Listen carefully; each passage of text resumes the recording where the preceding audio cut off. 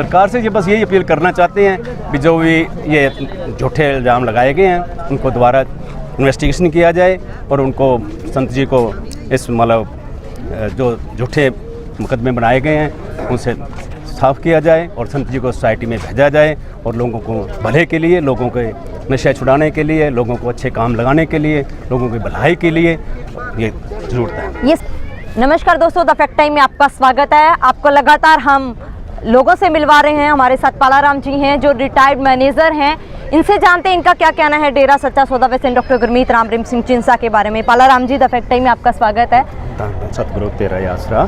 Sir, आप डेरा सच्चा सौदा संस्था के साथ कितने समय से जुड़े हो? मैं अगस्त 1999 से डेरा सच्चा सौदा से जुड़ा हुआ हूँ और मैं पहले यानी कि जैसे समाज में सारी मतलब खाना पीना और एक नरक जैसी ज़िंदगी होती है पहले इंसान की, जब डेरा सच्चा सौदा से जुड़ा मैं तो मुझे असल ज़िंदगी के बारे में पता चला। और मैं अब इतना मतलब मेरी 62 वर्ष की उम्र हो चुकी है तो लोग मेरे को कहते नहीं हैं कि आप 62 के हो, कोई बहुत ही कम उम्र का बताते हैं। और मैं सिर्फ़ और सिर्फ गुरु जी की आशीर्वाद से और उनके अच्छे मतलब ये बुराई सारे जो होते हैं खाना पीना और उसमें नर्क से निकल के मेरा घर स्वर्ग बन गया, मेरे बच्चे सही सेटल्ड हैं, वो सभी को अच्छी शिक्षा मिली है, कोई नशों के बुराई से बिल्कुल सारे दूर हैं। मुझे किसी बात की कोई चिंता नहीं है भी मेरे बच्चे कहाँ जा रहे हैं, कहाँ आ रहे हैं, कहाँ क्या कर रहे हैं। जो इतनी शिक्षा है तो आजकल के समाज में हर माँ बाप इतना डरता है, इतना वो खौफ रहता है कि मेरा बच्चा कहीं गलत जगह ना चला जाए, मेरा बच्चा कहीं नशा ना करना लग जाए। और मतलब आप देखते भी हैं भी अब जगह जगह पर नशे का भंडार है, बच्चे रोज़ मतलब नशों में आदी हो गए हैं, रोज़ मर रहे हैं, सुसाइड कर रहे हैं और नशों केंद्रों में ले जा रहे हैं।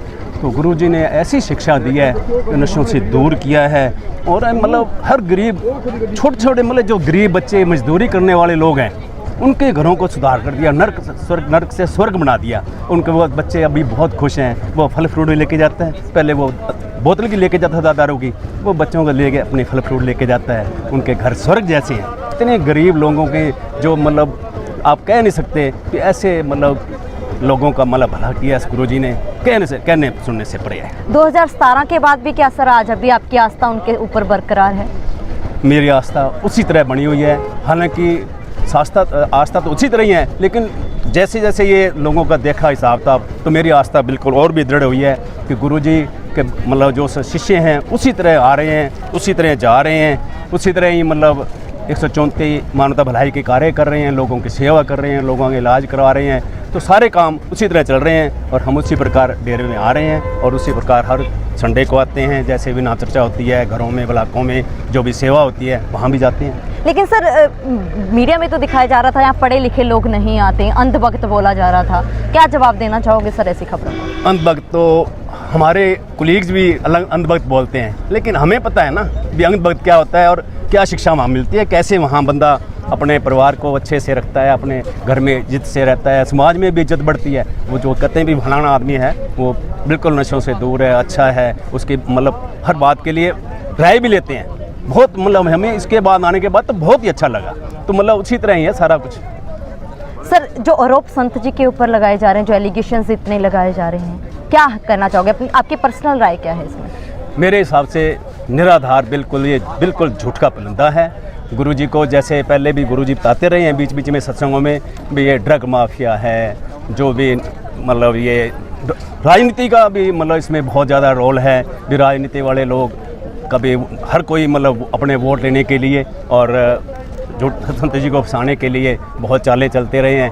तो आखिरकार गुरुजी को उन्होंने मतलब इस गुरुजी मतलब षड्यंत्र में फंसाया और उनको ये मतलब तो, लेकिन वो गुरुजी हैं, वो संत हैं, वो समझते हैं सारी बातें। और जब भी समय आएगा तो सब सरकारों को झुकना पड़ेगा, सभी लोगों की पुकार सुननी पड़ेगी। और जो सर इतना मीडिया में दिखाया जा रहा था, ऐसी खबरें दिखाई जा रही थी, वो सरासर गलत है। ऐसा कुछ भी नहीं है। हम कितने सालों से वहाँ जो ये गुफा बताते हैं वो एक तरह से मतलब उनका बहुत बड़ा जो जगह बनी हुई है बैठने के लिए, संतों के जो श्रद्धालु हैं, जो सेवादार हैं, उनके सेवा करने के बाद वहाँ मीटिंग होती है, वो उसको गुफा बनाते हैं। तो वो मीटिंग करने का एक तो बहुत बड़ा मतलब एक तरह की जगह बनाई हुई है और वो कोई गुफा वगैरह नहीं है। ये सिर्फ एक रास्ता है जो एक मॉल से दूसरे मॉल का रास्ता जाता है अंडरपास, उसको गुफा बना दिया इन्होंने। ये सब झूठ है, ऐसी कोई गुफा बिल्कुल नहीं है और ये तो सब झूठ का प्लेंदा है। सेफ्टी कैसी रहती है सर गर्ल्स की यहाँ पर? बिल्कुल सेफ्टी रहती है, भाइयों के लिए अलग, बहनों के लिए अलग, बड़े को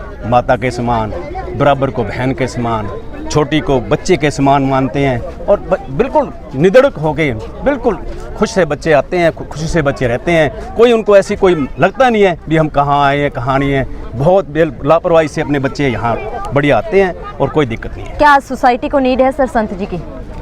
जैसे जैसे ये इतना बड़ा मतलब कलयुग का जोर है, लोग नशों की तरफ जा रहे हैं, बहुत ज़्यादा नशों का बोलबाला है।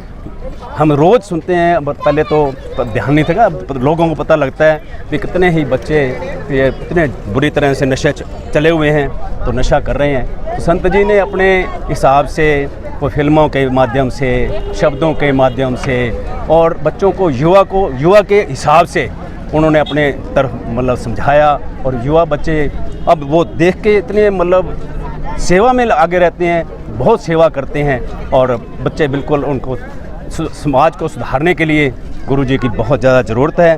और उनको सरकार को ये देखना चाहिए कि इतने समाज सुधारक जो कार्य सरकार कर रही है, संत जी ने पहले ही शुरू कर दिए थे। सफाई अभियान है, आस्थाना मुहिम है, जो भी कार्य सरकार कर रही है सारे काम पहले गुरुजी पहले करते आ रहे हैं। तो ये इन समाज सुधार के लिए उनको सोचना चाहिए और गुरुजी को ये जो झूठे एलिगेशन लगे हैं उनको देखना चाहिए और गुरुजी को संगत के बीच में भेजना चाहिए। क्या अपील करना चाहोगे सर सरकार से? सरकार से ये बस यही अपील करना चाहते हैं कि जो भी ये झूठे इल्ज़ाम लगाए गए हैं उनको दोबारा इन्वेस्टिगेशन किया जाए और उनको संत जी को इस मतलब जो झूठे मुकदमे बनाए गए हैं उनसे साफ़ किया जाए और संत जी को सोसाइटी में भेजा जाए और लोगों को भले के लिए, लोगों के नशे छुड़ाने के लिए, लोगों को अच्छे काम लगाने के लिए, लोगों की भलाई के लिए ये ज़रूरत है। ये सज़ा किसको मिल रही है सर, सोसाइटी को या संत जी को? सज़ा तो सोसाइटी को मिली है, बल्कि सही मायनों में तो